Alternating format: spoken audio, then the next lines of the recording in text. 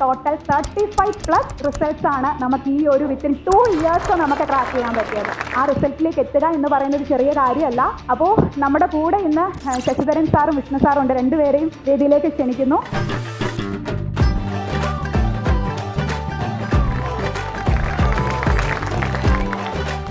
ഒരു ജോലിയിൽ ഇരുന്നിട്ട് അതിൽ നിന്ന് റിസൈൻ ചെയ്ത് വന്നിട്ട് വീണ്ടും ആവേശത്തോടെ പഠിച്ച് ക്രാക്ക് ചെയ്യുക എന്നുള്ളത് അത്യാവശ്യം നല്ല എന്താ പറയുക കോൺഫിഡൻസും കപ്പാസിറ്റിയും ഒക്കെ ആണ്. അതിന് നല്ലോണം ഫാമിലി സപ്പോർട്ടും വേണം. കുറേ പേര് ഇപ്പോൾ നിങ്ങളുടെ കോളേജൊക്കെ കഴിഞ്ഞിട്ടേ ഉണ്ടാവും. അപ്പോൾ നിങ്ങൾക്ക് ഒരു പഠിത്തം കണ്ടിന്യൂ ചെയ്യുന്ന ഒരു ടൈമാണ്. അപ്പോൾ നിങ്ങൾക്ക് കുറച്ചും കൂടി എളുപ്പമാണ്. പക്ഷേ ഇവർ അത് കഴിഞ്ഞിട്ടാണ് ഇത് പഠിച്ചിട്ട് ക്രാക്ക് ചെയ്തത്. അപ്പോൾ ഇത് നിങ്ങളൊരു മോട്ടിവേഷൻ ആയിട്ട് എടുക്കണം. ഭയങ്കരമായിട്ട് പ്രാക്ടീസ് ചെയ്യുന്ന, ഇത് കിട്ടണം, ഈ വർഷം തന്നെ ഇത് ക്രാക്ക് ചെയ്തേ അടങ്ങൂ എന്ന് വിചാരിച്ച് പ്രാക്ടീസ് ചെയ്തവരായിരിക്കും അല്ലേ. സോ അത്രയും ഒരു ഡിറ്റർമിനേഷൻ നമുക്ക് എല്ലാവർക്കും വേണം. നിങ്ങളുടെ എല്ലാവരുടെയും ആസ്പിറേഷൻസിനെ പെർഫോമൻസ് ആക്കി ഈ വർഷം മാറ്റുക. അടുത്ത വർഷം ഞങ്ങൾക്ക് നിൽക്കാൻ സ്ഥലം ഇല്ലാത്ത രീതിയിൽ ഇവിടെ നിങ്ങൾ എല്ലാവരും വരിക. ഇപ്പോൾ വന്ന സമയം കൊണ്ട് തന്നെ ഒരുപാട് റിസൾട്ട് വരുമ്പോൾ നമുക്ക് പേഴ്സണലി ആസ് എ മെൻറ്റർ നമുക്ക് വളരെ പ്രൗഡ് മൊമെൻ്റ് ആണ്. ഈ വാക്കുകളോ ഈ റീൽസൊക്കെ ഒരു പെർസെൻറ്റേജ് വരെ നിൽക്കുള്ളൂ. അതിൻ്റെ അപ്പുറത്തേക്ക് നമ്മൾ സെൽഫ് മോട്ടിവേറ്റ് ആവുക. അങ്ങനെയെങ്കിലും ഇവിടെ ഇരിക്കുന്ന എല്ലാവർക്കും നാളെ ഇവിടെ നിൽക്കാനുള്ള ചാൻസ് ഉണ്ടാവും. അപ്പോൾ ഈ ബാങ്കിലേക്ക് വരുമ്പോൾ മാത്സ് ആണ് ഫസ്റ്റ് എല്ലാവർക്കും ഉള്ളൊരു പേടി. മാത്സ് മാത്രമല്ല എല്ലാ സബ്ജക്റ്റ് ആണെങ്കിലും. അപ്പോൾ ഈ 15 വർഷത്തെ ഗ്യാപ്പിന് ശേഷം പഠിക്കാൻ പറ്റുമോ എന്ന ആ ഒരു കൺഫ്യൂഷൻ ഉള്ളവരോട് നിങ്ങൾക്ക് രണ്ടുപേർക്കും എന്താ പറയാനുള്ളത്? ആകെ വേണ്ടത് എനിക്ക് തോന്നിയിട്ടുള്ളത് നമുക്കൊരു ഡിസിപ്ലിൻ വേണം, ഒരു കൺസിസ്റ്റൻസി വേണം. കണ്ടിന്യൂ ആയിട്ട് അത് നമുക്ക് ഗൈഡ് ചെയ്യാൻ ഇതുപോലത്തെ ഫാക്കൽറ്റികളും വേണം.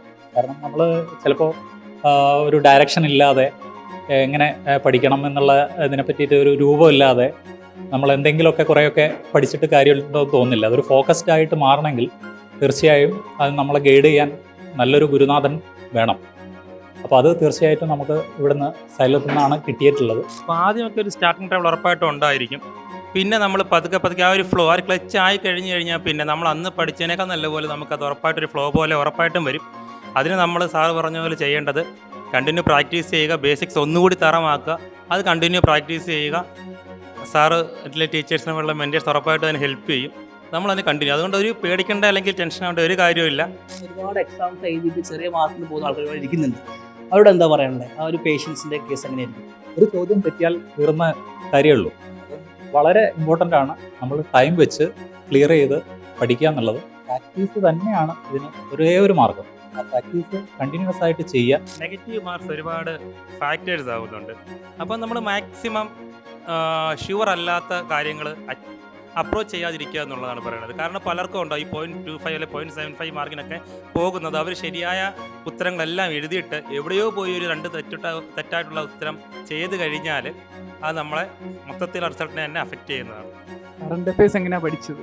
നമ്മൾ ഡെയിലി കറണ്ട് അഫയേഴ്സ് നമ്മൾ നോക്കിയിട്ട് ആ കറണ്ട് അഫയേഴ്സിൻ്റെ മുകളിലുള്ള ക്വസ്റ്റ്യൻസ് നമ്മൾ അറ്റൻഡ് ചെയ്യുമ്പോൾ അതിന് ഓട്ടോമാറ്റിക്കലി ഒരു റിവിഷൻ പോലെ നമുക്ക് നടക്കും. വളരെയധികം ഫാസ്റ്റാണ് ഈ സബ്ജക്റ്റ്. കറണ്ട് അഫയേഴ്സ് എന്ന് പറയുന്നത് നമുക്ക് അറിയാം, നമ്മൾ എത്ര പഠിച്ചാലും തീരാത്ത ഒരു സബ്ജക്റ്റാണ്. അത് എല്ലായ്പ്പോഴും നമുക്ക് ഈ സാധനം നമുക്ക് റിട്ടൈൻ ചെയ്യാൻ പറ്റുമെന്നും തോന്നുന്നില്ല. അപ്പോൾ അതുകൊണ്ട് തന്നെ അത് റിവിഷൻ ചെയ്യുക, നമ്മൾ ഡെയിലി ഒരു സിസ്റ്റമാറ്റിക് വേയിൽ പോവുക എന്നുള്ളതാണ് അതിൻ്റെ ഒരു മെത്തേഡ്. ഡെയിലി കറണ്ട് അഫയേഴ്സ് പഠിക്കുക. അതിനോടൊപ്പം ഒരാഴ്ച കഴിയുമ്പോൾ 1 വീക്ക് കഴിയുമ്പോൾ ആ വീക്കിലി നമ്മൾ ഒരു കറണ്ട് അഫയേഴ്സ് കിട്ടും.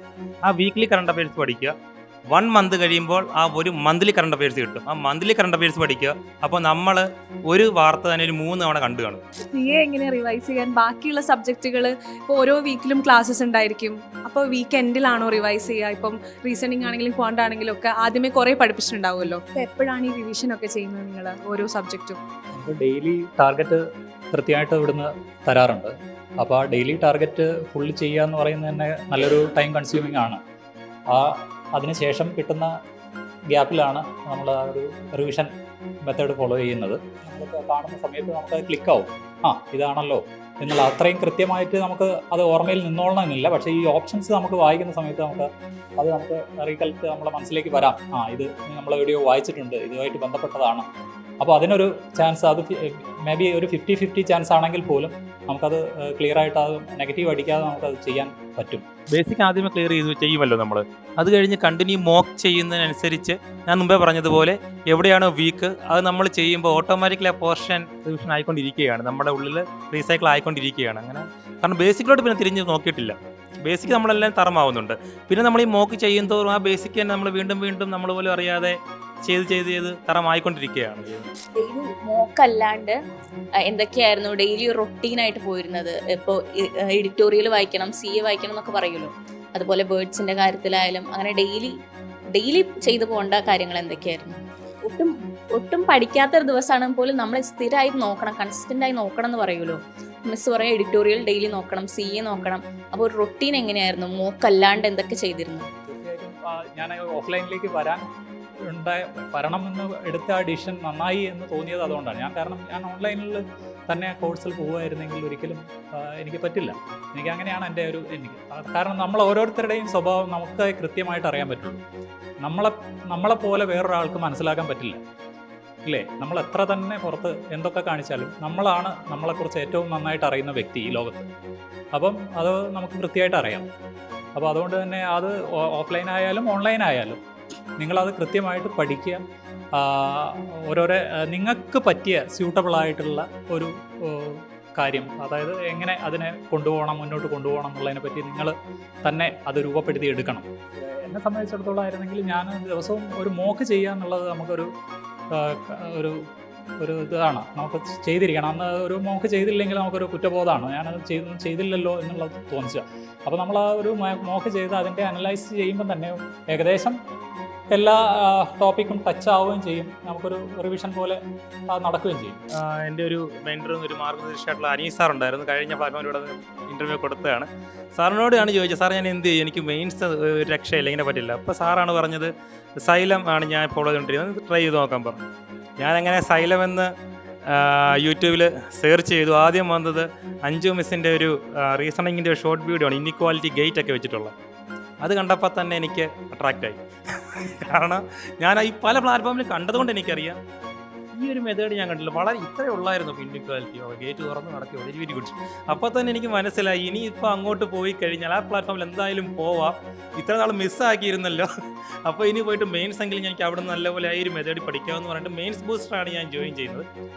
മെയിൻസിൽ വന്നു കഴിഞ്ഞപ്പോൾ എൻ്റെ പ്രതീക്ഷയൊന്നും തെറ്റിയില്ല. എല്ലാ സാറായാലും ടീച്ചേഴ്സായാലും ആ രീതി തന്നെയാണ് ഞാൻ ഇപ്പോൾ പറഞ്ഞതുപോലെ ഈസി മെത്തേഡായിട്ട് പഠിപ്പിച്ച് അങ്ങനെയാണ് എനിക്കിപ്പോൾ IBPS ക്ലർക്കും RRB ക്ലർക്കും ഫസ്റ്റ് അഡ്മിഷനെ ക്രാക്ക് ചെയ്യാൻ പറ്റിയത്. ഇംഗ്ലീഷ് ഞാൻ എനിക്ക് ക്ലാസ്സിൽ ഓൺലൈൻ ആണെങ്കിലും ഓഫ്ലൈൻ ആണെങ്കിലും രാവിലെ തൊട്ട് വൈകിട്ട് ഞാൻ ഒന്നേ പറയാറുള്ളൂ, റിവിഷൻ ചെയ്യുക, പ്രാക്ടീസ് ചെയ്യുക, റിവിഷൻ ചെയ്യുക. അപ്പോൾ എന്നോട് പറയും മിസ്സിന് തന്നെ പറഞ്ഞു മടുത്തില്ല ഇതൊന്നും. പക്ഷേ ഇന്ന് വരെ ഇത് മടുക്കത്തുമില്ല. ഇനി ഞാൻ പറയും, എനിക്ക് നിങ്ങളിപ്പോൾ ഞാൻ പറയുമ്പോൾ മിസ്സിൻ്റെ ഉത്തരവാദിത്വമാണ് മിസ്സ് പറയുന്നു, പക്ഷേ അത് ചെയ്ത് തെളിയിച്ച് വിജയിച്ച് വന്നു കഴിഞ്ഞ് നിങ്ങൾ പറയുമ്പോൾ അയ്യോ അപ്പോൾ ഇങ്ങനെ ശരിക്കും ചെയ്യണം എന്നൊരു ഐഡിയ അവർക്ക് കിട്ടും. നിങ്ങൾ എങ്ങനെ ഇംഗ്ലീഷ് പഠിച്ചു, എങ്ങനെയായിരുന്നു നിങ്ങളുടെ ഇംഗ്ലീഷുമായിട്ടുള്ള ജേർണി, നിങ്ങൾക്കത് എങ്ങനെ ക്രാക്ക് ചെയ്യാൻ പറ്റി, അങ്ങനെ ഡീറ്റെയിൽ ആയിട്ട് അതിനെക്കുറിച്ച് എനിക്ക് വേണ്ടിയിട്ടല്ല ആസ്പിറൻസിന് വേണ്ടി സംസാരിക്കും. സത്യത്തിൽ ഇംഗ്ലീഷാണ് ഈ ലിസ്റ്റിൽ വരാൻ എന്നെ സഹായിച്ച സബ്ജക്റ്റ്. ബാക്കി എല്ലാ സബ്ജക്റ്റും സഹായിച്ചിട്ടുണ്ടെങ്കിൽ പോലും ആ ഓവറോൾ കട്ട് ഓഫിലേക്ക് എത്തിപ്പെട്ടത് ഇംഗ്ലീഷിന് നല്ല മാർക്കുള്ളത് കൊണ്ട് തന്നെയാണ്. 40-ൽ എനിക്ക് 35.4 മാർക്കാണ് ഇംഗ്ലീഷ് സബ്ജക്റ്റിന് കിട്ടിയിരുന്നത്. അപ്പം സത്യമായിട്ടും ഇംഗ്ലീഷിൻ്റെ ഒരു പിൻബലത്തിലാണ് ഞാനിവിടെ നിൽക്കുന്നത്. ഇംഗ്ലീഷിൻ്റെ കാര്യത്തിലാണെങ്കിൽ കുറച്ച് ബേസിക് നമുക്കുണ്ടായിരുന്നു. നമുക്ക് സർവീസിലൊക്കെ പ്രത്യേകിച്ച് എയർഫോഴ്സിലൊക്കെ കമ്മ്യൂണിക്കേഷൻസ് നടക്കുന്നത് അധികവും ഇംഗ്ലീഷിലാണ്. നമ്മൾ എന്തെങ്കിലും കാര്യങ്ങളൊക്കെ സംസാരിക്കുമ്പോൾ അവർ ഇംഗ്ലീഷിലേ നമ്മളോട് സംസാരിക്കുള്ളൂ. നമുക്ക് അറിയില്ലെങ്കിൽ പോലും നമുക്ക് മറുപടി പറയാൻ എങ്ങനെയെങ്കിലുമൊക്കെ നമ്മൾ തപ്പിപ്പിടിച്ച് നമുക്ക് അറിയാവുന്ന ഇംഗ്ലീഷിലൊക്കെ നമ്മൾ തിരിച്ച് പറയും. അപ്പോൾ കുറേയൊക്കെ നമുക്ക് ഗ്രാമറോ കാര്യങ്ങളൊന്നും അറിയില്ലെങ്കിൽ പോലും എങ്ങനെ പറയണം, എങ്ങനെ ഒരു സെൻറ്റൻസിനെ സ്ട്രക്ചർ ചെയ്യണം, എങ്ങനെ ആർട്ടിക്കുലേറ്റ് ചെയ്യണം എന്നുള്ള കാര്യങ്ങളൊക്കെ അത്യാവശ്യം നമ്മൾ അങ്ങനെ പഠിച്ചതാണ്. അല്ലാതെ നമുക്ക് ആ രീതിയിൽ പഠിപ്പിച്ചല്ല. പിന്നെ ഇവിടെ വന്നതിന് ശേഷമാണ് നമ്മൾ ആ തിയറിയും ഈ റൂൾസ് 120 റൂൾസ് ഈ കാര്യങ്ങളൊക്കെ പറഞ്ഞ് അത് എത്രമാത്രം മനസ്സിലേക്ക് വന്നോ എന്നുള്ളത് അറിയില്ല. എന്നിരുന്നാലും ഈ മാർക്ക് കിട്ടിയപ്പോൾ അത് വന്നിട്ടുണ്ടെന്ന് തന്നെയാണ് എൻ്റെ വിശ്വാസം. ഒറ്റയടിക്ക് നമുക്ക് നേരത്തെ ക്യാപ്ചർ ചെയ്യാൻ പറ്റുന്നൊരു സംഗതിയല്ല. നമുക്ക് ഗ്രാജുവലി നമ്മൾ തുടർച്ചയായിട്ടുള്ള ഒരു പരിശീലനത്തിലൂടെ മാത്രമേ ലാംഗ്വേജ് നമുക്ക് സ്വായത്തമാക്കാൻ പറ്റുള്ളൂ. അപ്പോൾ തീർച്ചയായിട്ടും അതിന് മിസ്സിൻ്റെ ക്ലാസ് തന്നെ വളരെ സഹായിച്ചിട്ടുണ്ട്. ഓൺലൈൻ നമുക്ക് എന്തെങ്കിലും ഡൗട്ട് വരുമ്പോൾ ഈ പറഞ്ഞ മാതിരി ഓൺലൈനിൽ നമുക്ക് അവൈലബിൾ ആണല്ലോ, റെക്കോർഡഡ് സെഷൻസ് അവൈലബിൾ ആണല്ലോ. അപ്പോൾ നമുക്ക് ആ ഒരു പോർഷൻസ് ഏതിലാണോ നമുക്ക് വീക്കായിട്ട് തോന്നുന്നത് ആ ഏരിയയിലേക്ക് നമ്മൾ വീണ്ടും പോവുക, അതിൽ കൂടുതൽ പഠിക്കുക എന്നുള്ളത് മാത്രമേ അതിൽ ചെയ്യാനുള്ളൂ. കോംപ്രിഹെൻഷൻ്റെ കാര്യത്തിലാണ്, റീഡിങ് കോംപ്രിഹെൻഷൻ്റെ കാര്യത്തിലാണെങ്കിൽ നമുക്ക് പല സ്റ്റൈലിലുള്ള കോംപ്രിഹെൻഷൻസ് നമുക്ക് എക്സാമിൽ ചോദിക്കും. നമുക്ക് ടഫായിട്ടുള്ള ചോദിക്കും. ഈവൻ ഇതിൽ RRBൻ്റെ കേസിലാണെങ്കിൽ വളരെ സിമ്പിളായിട്ടുള്ള ഇതായിട്ടാണ് എനിക്ക് തോന്നിയത്. അത് തോന്നാനുണ്ടായ കാരണം വളരെ ടഫറായിട്ടുള്ള RC ആണ് നമ്മളെ പഠിപ്പിച്ചത്. അപ്പോൾ ആ ടഫർ നമുക്ക് ഒരു ഒരൊറ്റ പാരഗ്രാഫിൽ 4 ചോദ്യം അല്ലെങ്കിൽ 5 ചോദ്യം വരുന്ന RC 2, 3 ഒക്കെ നമുക്ക് ക്വസ്റ്റ്യൻ പേപ്പറിൽ കാണുമ്പോൾ വലിയ സന്തോഷമാണ്. കാരണം നമുക്കത് സിമ്പിളായിട്ട് ചെയ്യാൻ പറ്റുന്നുണ്ടല്ലോ എന്നുള്ളൊരു ഒരു സന്തോഷം. ഒരു സബ്ജക്റ്റ് നമുക്ക് 2 രീതിയിൽ ടീച്ച് ചെയ്യാം. അതൊരു ഭീകരമായിട്ട് കാണിച്ചുകൊണ്ട് നമുക്കതിനെ പഠിപ്പിക്കാം. സിമ്പിൾ ഇത് ഇത്രയേ ഉള്ളൂ എന്നൊക്കെ പറഞ്ഞ് കാണിച്ച് നമ്മളെ പഠിപ്പിക്കാം. അവിടെയാണ് മിസ്സിൻ്റെ ക്ലാസ് നമുക്ക് കാണുമ്പോൾ അതിൻ്റെ ഔട്ട്പുട്ടൊക്കെ ഒന്ന് തന്നെ ആയിരിക്കും. അങ്ങനെ പഠിക്കില്ല, വളരെ ഈസിയാണ്. നമുക്കത് കാണുമ്പോൾ കോൺഫിഡൻ്റ് ആയിട്ട് തോന്നും. കാരണം ഇത്ര ഓക്കെ, കാരണം ഒരു ഈസി ലെവലിലാണ് മിസ് അത് കൊണ്ടുപോകുന്നത്. അപ്പോൾ നമുക്ക് തന്നെ ഒരു കോൺഫിഡൻറ്റ് വരും. Okay, English okay. പ്രത്യേകിച്ച് മിസ്സിൻ്റെ വൊക്കാബുലറി അത് ഇംഗ്ലീഷ് വേർഡുകൾ വെച്ചിട്ട് അത് മലയാളവുമായിട്ടൊക്കെ കമ്പയർ ചെയ്ത് നമുക്കത് പെട്ടെന്ന് മനസ്സിലത് പതിയും. പിന്നെ ഇതുപോലെ സാറ് പറഞ്ഞതുപോലെ ഡിഫൻസിൽ നേവിയിലൊക്കെ ആ ഇംഗ്ലീഷ്, അവിടുത്തെ ഇംഗ്ലീഷൊക്കെ അപ്പോൾ ഗ്രാമർ ഒന്നും നോക്കത്തില്ലെങ്കിൽ നമുക്കത് ഒരുപാട് ഹെൽപ്പായിട്ടുണ്ട്. അത് കഴിഞ്ഞിട്ട് പിന്നെ ഇതിൻ്റെ ബേസിക്സ്, അങ്ങനെ പ്രത്യേകിച്ച് ബേസിക്സ് ഓൾറെഡി നമ്മൾ പഠിച്ചിട്ട് ഇത് നമ്മൾ ഈ പറയുന്ന പോലെ വീണ്ടും ഞാൻ ഈ പറയുന്ന പോലെ മോക്ക് ടെസ്റ്റ് അടിക്കുമ്പോൾ നമ്മൾ അതിൻ്റെ വീണ്ടും നമ്മൾ പോലും അറിയാതെ അത് തിരിച്ച് വരും. ഇപ്പം എറർ ഡിറ്റക്ഷനാണ്. ഒരു മോക്കിനകത്ത് എറർ ഡിറ്റക്ഷൻ ആയിരിക്കില്ല മറ്റൊരു മോക്കിനകത്ത് ചോദിച്ചിട്ടുള്ളത്. ഈ മോക്കിനകത്ത് നമ്മൾ എറർ ഡിറ്റക്ഷൻ ചെയ്യുമ്പോൾ അതിന് സൊല്യൂഷൻ താഴെ ഉണ്ടാവും. അപ്പോൾ നമ്മൾ അറിയാതെ പഴയ റൂളിൽ ഈ ആ റൂളിനകത്ത് ഏതോ ഒരു റൂളിൽ പോയിരിക്കും. അത് കഴിഞ്ഞിട്ട് മറ്റ് വേറെ ഒരു പ്ലാറ്റ്ഫോമിൽ അല്ലെങ്കിൽ വേറൊരു പിന്നെ മോക്ക് ടെസ്റ്റ് ചെയ്യുമ്പോൾ അവിടെ ഉള്ള എറർ ഡിറ്റക്ഷൻ വേറൊരു റൂളായിരിക്കും. അപ്പോൾ ആ റൂളിലോട്ട് തിരിച്ച് അത് തന്നെ പോകണ്ട. നമ്മൾ മോക്ക് ചെയ്തുകൊണ്ടിരിക്കുമ്പോൾ തന്നെ അറിയാതെ പല റൂളും വന്ന് റിവൈസ് ആയിക്കൊണ്ടിരിക്കും. എനിക്ക് ചോദിക്കാനുള്ളത്, നിങ്ങൾ മുഴുവൻ ക്ലാസ്സസും കണ്ടിട്ടുണ്ട്. സാർ എനിക്കൊന്ന് ഓൾമോസ്റ്റ് ഒരു ക്ലാസ് പോലും ഓഫ്ലൈനിൽ കളഞ്ഞിട്ടില്ല. അപ്പോൾ സാർ എനിക്കൊന്ന് റെക്കോർഡഡ് സെഷൻസ് ആണെന്ന് കാണുന്നുണ്ടായിരുന്നത്. അപ്പോൾ മുഴുവൻ ക്ലാസ് കണ്ടിട്ടുണ്ടോ? അതായത് ഇപ്പം ഓൺലൈൻ എടുത്താൽ കിട്ടുമോ എന്ന് ചോദിക്കുന്ന ഒരുപാട് പേരുണ്ട്. അപ്പോൾ നമ്മൾ സാർ പറഞ്ഞതുപോലെ ഓരോരുത്തരും ഓരോ ഇൻഡിവിജ്വലാണ്. നമുക്ക് പഠിക്കാൻ ഏതാണോ സ്യൂട്ടായിട്ടുള്ളത്, അല്ലെങ്കിൽ ആ ഓൺലൈനിൽ സാറിന് കിട്ടിയ ഗുണങ്ങൾ എന്തൊക്കെയാണ്. പിന്നെ അതേപോലെ തന്നെ മെയിൻസ് പ്രാക്ടീസ് ചെയ്യേണ്ടതിൻ്റെ ഓൾറെഡി നിങ്ങൾ പറഞ്ഞു. കാരണം എല്ലാവരും പ്രിലിംസ് മാത്രം നോക്കിക്കൊണ്ടിരിക്കും. അതുകൊണ്ട് മാത്രം കാര്യമില്ല, മെയിൻസിൻ്റെ സെക്ഷണൽ മോക്ക് എടുക്കണം എന്നുള്ളൊരു കാര്യം നമ്മൾ പറയാറുണ്ട്. അപ്പോൾ മെയിൻസ്, കാരണം പ്രിലിംസ് കഴിഞ്ഞ് വിത്തിൻ 1 മന്ത് മെയിൻസ് ഉണ്ട്. അപ്പോൾ അതിന് എത്രത്തോളം ഹെൽപ്ഫുൾ ആയിട്ടുണ്ട് ക്ലാസ്സസ്? ഇപ്പോൾ റീസണിങ് ആണെങ്കിലും ക്വാണ്ടാണെങ്കിലും നമുക്ക് കൃത്യമായിട്ട് ചെയ്യാൻ പറ്റുന്ന ഇത് നമ്മൾ ചൂസ് ചെയ്യുക എന്നുള്ളത് ഒരു ഘടകമുണ്ട്. നമ്മൾ കൊണ്ട് ചെയ്യാൻ പറ്റുന്ന ഈ പറയുന്ന ടൈമിനുള്ളിൽ നമുക്ക് മാക്സിമം അവിടെയും സ്കോർ ചെയ്യണം. പക്ഷേ എല്ലാം അറ്റംപ്റ്റ് ചെയ്യേണ്ട കാര്യമില്ല. അവിടെ നമുക്ക് മാർക്ക് നോക്കിക്കഴിഞ്ഞാൽ തന്നെ നിങ്ങൾക്ക് അറിയാൻ പറ്റും 200 മാർക്കിലാണ് മാക്സിമം മാർക്കുള്ളത്. അതിൻ്റെ കട്ട് ഓഫ് വരുന്നത് ഒരു 90-ൻ്റെയും 100-ൻ്റെയും ഒക്കെ അടുത്താണ്. അതായത് നിങ്ങൾ ശരിക്കും പറഞ്ഞാൽ കൃത്യമായിട്ട് ചെയ്യുകയാണെങ്കിൽ 50% ചോദ്യം കൃത്യമായിട്ട് അറ്റംപ്റ്റ് ചെയ്യുന്ന ഒരു വ്യക്തിക്ക് മെയിൻസ് ക്രാക്ക് ചെയ്യാൻ പറ്റും. അപ്പോൾ നമ്മളെന്ത് ചെയ്യുമെന്ന് വെച്ചാൽ മാക്സിമം അറ്റൻഡ് ചെയ്യണമല്ലോ എന്നുള്ളൊരു ചിന്തയിലാണ് നമ്മൾ ഇതിനെ അപ്രോച്ച് ചെയ്യുന്നത്. അപ്പോൾ അങ്ങനെ വരുമ്പോൾ നമുക്കൊരു സ്വാഭാവികമായിട്ടും പാനിക് ക്രിയേറ്റ് ആവുന്നത് എങ്ങനെയാണെന്ന് വെച്ച് കഴിഞ്ഞാൽ നമ്മളൊരു പസിലെടുത്ത് ഇരിക്കുകയാണ്. ആ പസിൽ ഒരു പകുതി സമയം കഴിഞ്ഞിട്ടും നമുക്കത് ക്രാക്ക് ചെയ്യാൻ പറ്റുന്നില്ലെങ്കിൽ, അത് ക്ലിയർ ചെയ്യാൻ പറ്റുന്നില്ലെങ്കിൽ സ്വാഭാവികമായിട്ടും നമുക്കൊരു പാനിക് വരും. കാരണം ഇത്രയും നേരം അതിന് നമ്മൾ കളഞ്ഞു. ഒരു 5-10 മിനിറ്റ് നമ്മളൊരു പസിലിന് വേണ്ടി ഇരിക്കുമ്പോൾ ആകെ 30 മിനിറ്റ് ആയിരിക്കും ഒരു സെഷനിൽ കിട്ടുന്നത്. അപ്പോൾ അതിൽ 3-1 പോയി കഴിഞ്ഞാൽ തന്നെ ഒരു പാനിക് അവിടെ ക്രിയേറ്റ് ആവാൻ സാധ്യതയുണ്ട്. അപ്പം സ്വാഭാവികമായിട്ടും നമ്മൾ ഈ പ്രാക്ടീസ് ചെയ്യുന്നതിലൂടെ കിട്ടുന്ന ഒരു ഗുണം എന്താണെന്ന് വെച്ച് കഴിഞ്ഞാൽ നമ്മൾ ഏത് ക്വസ്റ്റ്യനാണ് നമ്മൾ അറ്റംപ്റ്റ് ചെയ്യേണ്ടത്, നമ്മളെ കൊണ്ട് ചെയ്യാൻ പറ്റുന്ന ചോദ്യം ഏത് ടൈപ്പാണ് എന്നുള്ളത് മനസ്സിലാക്കാൻ നമുക്ക് ഈ പ്രാക്ടീസ് വളരെ ഉപകാരപ്പെടും. അപ്പോൾ അതൊന്ന് കണ്ണോടിച്ച് വായിക്കുന്നതിലൂടെ നിങ്ങളെ ചോദ്യം ഈ സ്ക്രീനിൽ വരുന്ന സമയത്ത് തന്നെ ഞാൻ ചെയ്യുന്ന ഒരു കാര്യമാണ്, നമ്മൾ ആ ചോദ്യങ്ങൾ കുറച്ചൊന്ന് നോക്കും. കാരണം അതിനൊരു 2-3 മിനിറ്റ് നമ്മൾ സ്പെൻഡ് ചെയ്താലും നമുക്കത് നഷ്ടമായി പോവില്ല. കാരണം നമുക്ക് ഏകദേശം മനസ്സിലാവും ഏതൊക്കെ ചോദ്യങ്ങളാണ്. അല്ലാതെ നമ്മൾ വരുന്ന ആ ഓർഡറിൽ നമ്മൾ അറ്റംപ്റ്റ് ചെയ്യാൻ പോയി കഴിഞ്ഞാൽ ഒരു പക്ഷേ തുടക്കത്തിലുള്ളത് തന്നെ നമ്മൾ ആ 30 മിനിറ്റ് ഒന്ന് കളയും. പിന്നെ ആ 5 ചിലപ്പോൾ അത് കിട്ടിക്കോളണമെന്നില്ല. അപ്പം ചിലപ്പോൾ നമുക്ക് റീസണിങ് 0 മാർക്കിലേക്ക് എത്തിപ്പോകുന്ന ഒരു അവസ്ഥ വരും. അപ്പോൾ അങ്ങനെയുള്ള അവസ്ഥയിലേക്ക് പോകാതെ നിൽക്കണമെന്നുണ്ടെങ്കിൽ നമ്മൾ ആ ഒരു പിക്ക് ചെയ്യുക എന്നുള്ളത്, ചൂസ് ചെയ്യുക എന്നുള്ളത് വളരെ ഇമ്പോർട്ടൻ്റ് ആണ്. അത് തീർച്ചയായിട്ടും അത് നിങ്ങൾ പ്രാക്ടീസ് ചെയ്യുന്നതിലൂടെ വരുന്ന ഒരു കാര്യം തന്നെയാണ്. അത് വേറെ എങ്ങനെ നമുക്ക് പറഞ്ഞാലും നമുക്ക് അത് ക്ലിയർ ആവില്ല. നമുക്ക് ഓരോരുത്തർക്കും ഓരോരോ സ്ട്രെങ്ത്തും വീക്ക്നെസ്സുമാണ്. അത് കൃത്യമായിട്ട് തിരിച്ചറിയണമെങ്കിൽ ആ പ്രാക്ടീസ് കൊണ്ട് തന്നെയേ പറ്റുള്ളൂ. ഇവിടെയാണ് നല്ലൊരു ഗൈഡിൻ്റെ ഒരു ഇമ്പോർട്ടൻസ് ഞാൻ മനസ്സിലാക്കിയത്. ഞാനീ പറഞ്ഞതുപോലെ ഞാൻ പല യൂട്യൂബിലൊക്കെ കണ്ടു, ആർക്കും എനിക്ക് നല്ലൊരു ജെന്യൂനായിട്ടൊരു ഗൈഡ് ഇല്ലാത്തതുകൊണ്ട് ഞാൻ പ്രിലിംസിൻ്റെ തലേ ദിവസവും വരെയും പ്രിലിംസ് മാത്രം പഠിച്ചു. അത് കഴിഞ്ഞിട്ട് അന്ന് SBIയുടെ മെയിൻസ് പോയത് കൊണ്ട് എനിക്ക് മെയിൻസ് കംപ്ലീറ്റ് ചെയ്യാൻ പറ്റിയില്ല. പിന്നെ എനിക്ക് ഇവിടെ വന്നപ്പോഴാണ് ഇവരാണ് പറഞ്ഞു തരുന്നത് നിങ്ങൾ പിന്നെ പ്രിലിംസിൻ്റെ കൂടെ അല്ലെങ്കിൽ അതിനും കൂടെ തന്നെ മെയിൻസ് കൂടി പഠിക്കണം. അത് ഒരുപാട് ഹെൽപ്പ് ചെയ്തു. കാരണം നിങ്ങൾ മെയിൻസ് പഠിക്കുമ്പോൾ നിങ്ങൾ പോലും അറിയാതെ അതിൻ്റെ കൂടെ തന്നെ പ്രിലിംസ് കൂടെ കവർ ആയിക്കൊണ്ടിരിക്കുകയാണ്. ഈ മെയിൻസിൻ്റെ ഒരു ചെറിയ സവിഭാഗം മാത്രമാണ് ഈ പ്രിലിംസ് എന്ന് പറയുന്നത് എൻ്റെ എക്സ്പീരിയൻസിൽ. അപ്പോൾ അതായത് നമ്മൾ ചെയ്യേണ്ടത് പ്രിലിംസിന് ഒരു വീക്ക് മുമ്പ് വരെ രണ്ടും പഠിക്കുക, പ്രിലിംസും മെയിൻസും പഠിക്കുക. മെയിൻസ് പ്രധാനമായിട്ട് പഠിക്കുക. ഈ പ്രിലിംസിന് എക്സാമിന് ഒരാഴ്ച അല്ലെങ്കിൽ പോട്ടെ 2 ആഴ്ച അല്ലെങ്കിൽ 10 ദിവസം മുമ്പ് തൊട്ട് മാത്രം കുറച്ച് പ്രിലിംസിന് ഊന്നൽ നൽകിയാൽ മതി. അതുവരെയും പ്രിലിംസും മെയിൻസും ഒരുമിച്ച് കൊണ്ടുപോകുക, അല്ലെങ്കിൽ മെയിൻസിന് മാക്സിമം ഊന്നൽ കൊടുക്കുക. കാരണം പ്രിലിംസ് കഴിഞ്ഞിട്ട് ഇപ്പോൾ മാക്സിമം മെയിൻസിന് വേണ്ടിയിട്ട് ഒരു 1 മന്തൊക്കെ സമയം കിട്ടത്തുള്ളൂ. പിന്നെ നമുക്ക് മെയിൻസ് ബാക്കിയുള്ളത് കവർ ചെയ്യുന്നതായിരിക്കും നല്ല അപ്രോച്ച്. കാരണം മെയിൻസും പ്രിലിംസോട് ഒരുമിച്ച് കൊണ്ടുപോവുക. പ്രിലിംസിന് ജസ്റ്റ് ഒരു ആഴ്ച അല്ലെങ്കിൽ 10 ദിവസം മുമ്പ് പ്രിലിംസിന് മാത്രം കുറച്ചുകൂടി ഊന്നൽ കൊടുക്കുക. പിന്നെ മെയിൻസ് കണ്ടിന്യൂ ചെയ്യുകയായിരിക്കും നല്ലത്. സാറേ, ഈ മോക്കും കാര്യങ്ങളൊക്കെ സാറ് ഏതിൻ്റെ ആയിരുന്നു കൂടുതലും എടുത്ത് ചെയ്തുകൊണ്ടിരുന്നത്? അത് ദിവസം എത്ര മോക്ക് ചെയ്യുമായിരുന്നു? നമ്മളിപ്പോൾ മോക്ക് ചെയ്തിട്ട് അനലിസിസ് ചെയ്യാനിരിക്കുമ്പോൾ ഒരുപാട് സമയം അതിന് സ്പെൻഡ് ആവുകയാണ്. ഇതിലേക്ക് മാറി മാറി വരുമോ, കുറഞ്ഞു വരുമോ ടൈം? എങ്ങനെയാണ് മോക്ക് ചെയ്യുന്നതിൻ്റെ ബെനിഫിറ്റും കാര്യങ്ങളും ഒന്ന് പറഞ്ഞു തരുമോ?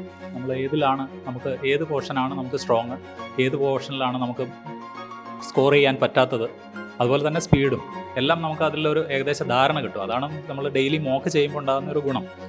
അപ്പം സ്വാഭാവികമായിട്ടും നമ്മളത് അതിൽ ഇമ്പ്രൂവ്മെൻറ്റ്, ആ സബ്ജക്റ്റ് ഏതാണോ നമുക്ക് വീക്കായിട്ടുള്ളത് ആ സബ്ജക്റ്റ് തന്നെ അതിൻ്റെ ബേസിക് ആണ് നമുക്ക് പ്രശ്നമെങ്കിൽ അതിൻ്റെ ഫൗണ്ടേഷൻ ക്ലാസ്സുകൾ നമ്മൾ ഒന്നുകൂടി കാണുക, റെക്കോർഡഡ് ക്ലാസ്സുകളാണെങ്കിൽ അത് കാണുക, അതിനുശേഷം അതിൻ്റെ ക്വസ്റ്റ്യൻസ് ചെയ്യുക, അതിനെ സ്ട്രോങ് ആക്കാൻ ശ്രമിക്കുക. ഇത് വളരെ ഒരു ലേ ഡൗൺ പ്രൊസീജിയർ തന്നെയാണ്. നമുക്കതറിയാം എങ്ങനെയാണ് ആ സ്റ്റാൻഡേർഡ് ഓപ്പറേഷൻ എങ്ങനെയാണ് ചെയ്യേണ്ടത് എന്നുള്ളത് നമുക്കറിയാം. മോക്ക് ടെസ്റ്റ് ഞാനൊരു സിസ്റ്റമാറ്റിക് അപ്രോച്ചാണ് കൊടുത്തത്. ഇതുപോലെ ഒരു 3-4 പ്ലാറ്റ്ഫോം എടുത്തിട്ട് അതിൽ ആദ്യം തന്നെ ഒരു ഫുൾ മോക്ക് കൊടുക്കും. പ്രിലിംസ് ആണെങ്കിൽ ഫുൾ മോക്ക് കൊടുക്കും. അത് കഴിയുമ്പോൾ അതിനെ അനലൈസ് ചെയ്യും. എവിടെയൊക്കെയാണ് തെറ്റുകൾ ഉണ്ടായിട്ടുള്ളത് അത് മാത്രം നോക്കിയാൽ മതി. അത് മാത്രം നോക്കിയിട്ട് എങ്ങനെയാണോ അതിൻ്റെ താഴെ ഒരു സൊല്യൂഷൻ ഉണ്ടോ, എങ്ങനെയാണ് ചെയ്യേണ്ടതെന്നുള്ളത് ആ സൊല്യൂഷൻ നമ്മൾ തന്നെ ഒന്നുകൂടി ചെയ്ത്, കാരണം ചിലപ്പോൾ പലപ്പോഴും ടൈം കൊണ്ട് നമ്മൾ സ്കിപ്പാവുന്ന ക്വസ്റ്റ്യൻസ് ഉണ്ടാവും. അതപ്പോൾ നമ്മൾ ടൈം മാറ്റി വെച്ചിട്ട് നമ്മളൊന്ന് ശ്രമിച്ച് നോക്കുക. കിട്ടിയില്ലെങ്കിൽ വീണ്ടും അത് ഒന്നുകൂടി ആ സൊല്യൂഷൻ വായിച്ച് മനസ്സിലാക്കുക. അത് കഴിഞ്ഞിട്ട് ഫുൾ ഈ ഒരു 3 അപ്പോൾ നമുക്കത് മനസ്സിലാവും നമ്മൾ എവിടെയാണ് വീക്ക്. ഇംഗ്ലീഷാണോ, പിന്നെ ക്വാണ്ടാണോ, റീസണിംഗ് ആണോ.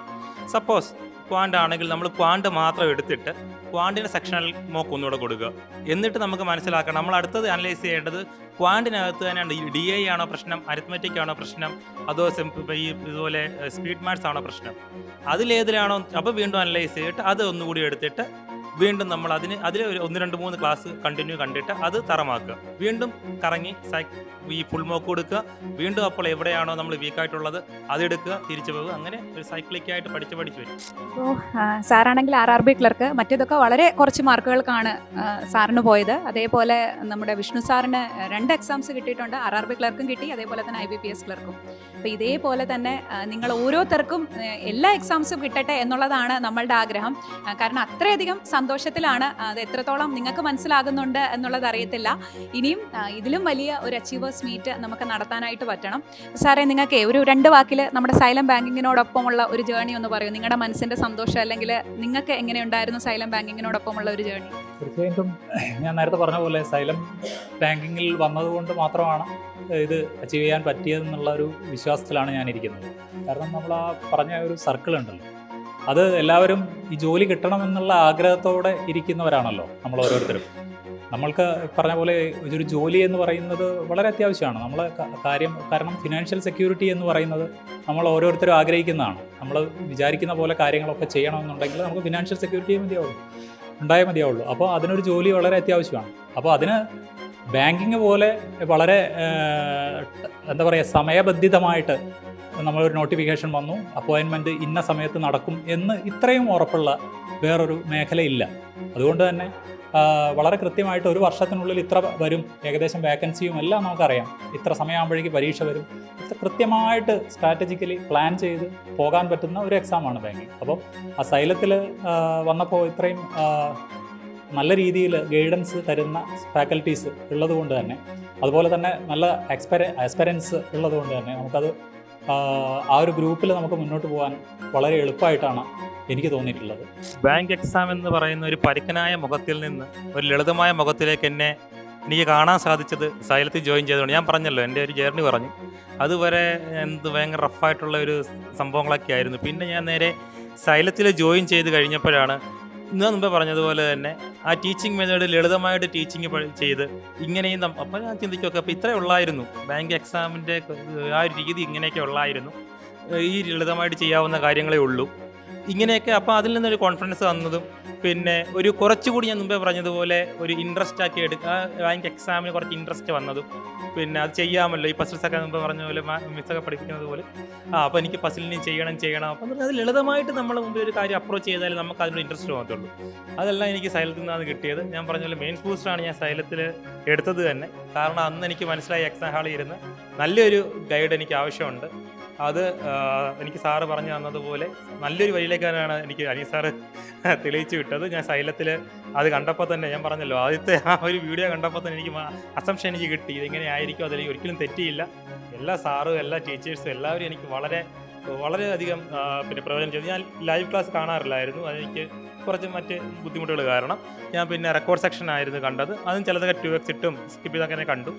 പക്ഷേ അതിൽ നിന്ന് ഒരുപാട് ഗുണങ്ങൾ എനിക്കുണ്ടായി. അതുകൊണ്ട് തന്നെയാണ് എപ്പോൾ ഞാൻ മെയിൻസ് ബൂസ്റ്ററിൽ കയറിയോ ആ മെയിൻസിൽ എനിക്ക് IBPS ക്ലർക്കും RRB ക്ലർക്കും എനിക്ക് ഫസ്റ്റ് അറ്റംപ്റ്റിൽ തന്നെ ക്ലിയർ ചെയ്യാൻ സാധിച്ചു. അപ്പോൾ ഒത്തിരി സന്തോഷം. നിങ്ങളോടും വലിയൊരു താങ്ക് യു. വിശന്നിരിക്കുമെന്ന് അറിയാം. സാരമില്ല, കുറച്ച് സമയം തരാം കഴിക്കാനായിട്ട്, എന്നിട്ട് ക്ലാസ്സിൽ വന്നാൽ മതി. ഓക്കെ, ക്ലാസ് ഇല്ല എന്ന് പറയുമെന്ന് വിചാരിച്ചിരിക്കാമെന്ന് എനിക്ക് നന്നായിട്ട് അറിയാം. ഓക്കെ, അപ്പോൾ സാറേ ഇനിയും ഒരുപാട് ഉയരത്തിലെത്താൻ പറ്റട്ടെ. അപ്പോൾ അതേപോലെ തന്നെ എല്ലാ സന്തോഷങ്ങളും നാളെ എവിടെ പോയാലും നമ്മളും ഒക്കെ ആയിട്ട് അറിയിക്കുക. നമുക്കും ഒത്തിരി സന്തോഷം. അപ്പോൾ നമുക്ക് എല്ലാവർക്കും കൂടെ ഒരു ഫോട്ടോ എടുക്കണം.